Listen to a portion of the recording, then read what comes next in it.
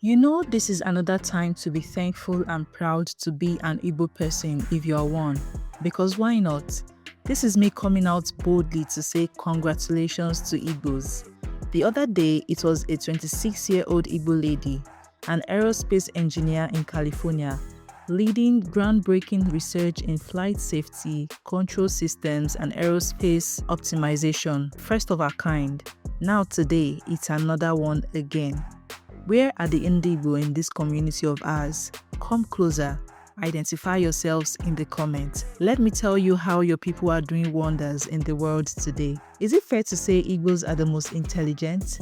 Let's even leave that question for later, because what is happening right now is bigger than arguments.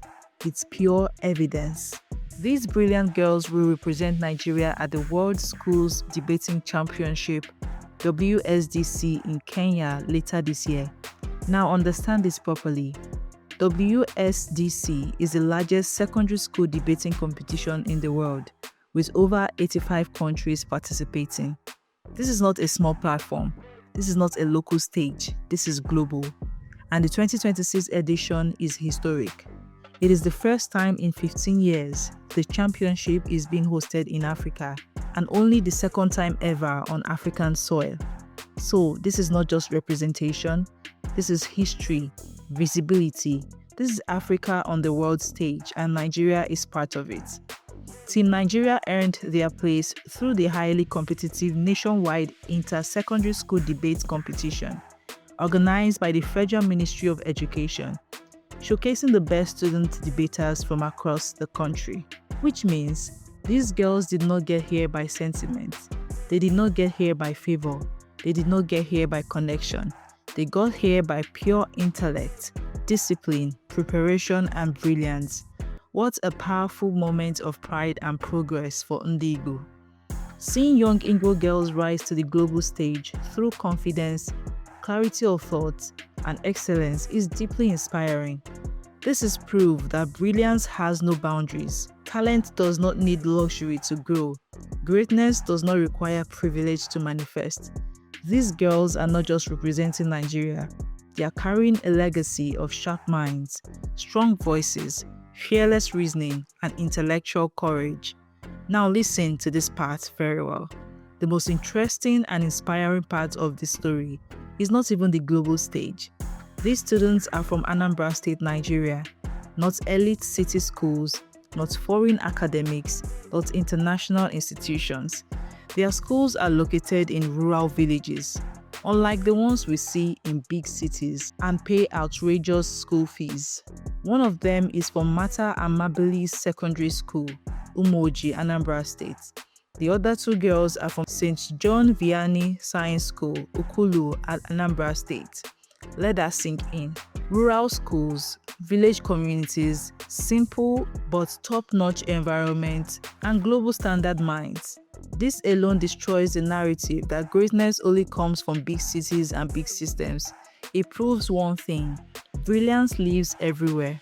Now, people are saying something interesting online, that this is the result of foundations laid in the past, that Peter Obi's education policies helped build this structure, that he invested in schools, that he strengthened education systems, that he empowered students, and that still today, even after his tenure, he's still seen moving from state to state, supporting education and empowering young people.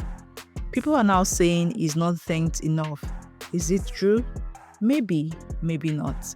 But one thing is clear: strong foundations create strong outcomes, and education investments don't expire, they multiply. Anambra people are now proudly holding their chest online, and honestly, they have every right to. If you are Igbo, comment proudly, Igbo. This is a season of pride. This is a season of celebration. This is a season of identity, because this is not one story. This is a pattern. Let's talk about another one. Ifoma Amuche, best graduating student at Southwest University in China, majoring in Chinese language and literature.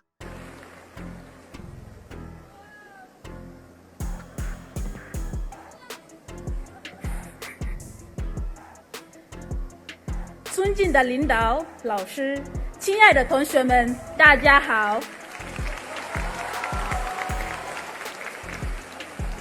我是国际学院19级汉语言文学专业的陈月，来自尼日利亚，很荣幸代表2023届全体来华留学毕业生发言。大家也许会奇怪，一个外国人学汉语就可以了，为什么还选择读中文系？在中文系学什么？怎么学？学得怎么样？其实当时选择这个专业，我也很茫然。不仅要掌握汉字，还要掌握由这些汉字组成的诗词歌赋，我容易吗？但我很快发现，生活在西南大学学古诗一点也不难。下雨时走在玉兰花下，我感受到了夜来风雨声，花落知多少。起风时来到樟树林，我明白了鸟鸣山更幽，长草林雨静。春天漫步承德湖，我看到了碧玉妆成一树高，万条垂下绿丝绦。 She delivered her graduation speech fluently in Mandarin. Let that enter your spirit properly. She hails from Oko, Anambra State, a former student of Federal Polytechnic Oko, where she studied library and information science before leaving Nigeria for China. She's a native of Eziagbo Village, Oko Community, Orumba North Local Government Area, Anambra State. Village roots, global excellence, international impact. And let's not forget, students from Queen of the Rosary College, Onisha, won big at the 2023 World Affairs Challenge in the USA. They defeated 760 schools worldwide to clinch second position globally. A school from the US came first. The Onisha girls came second in the whole world. So, when we talk about Igbo excellence, this is not noise, this is not hype, not propaganda, this is pattern, this is consistency, this is evidence. From aerospace engineering in California, to global debating in Kenya, to academic excellence in China, to world competitions in the USA. Different fields, different countries, same identity, same excellence culture. The future is bright, the future is articulate, the future is fearless, the future is unapologetically excellent. Igbo pride, Nigerian pride, African excellence. And if you're Igbo right now watching this, stand tall, hold your identity with confidence. Your people are making history across the world.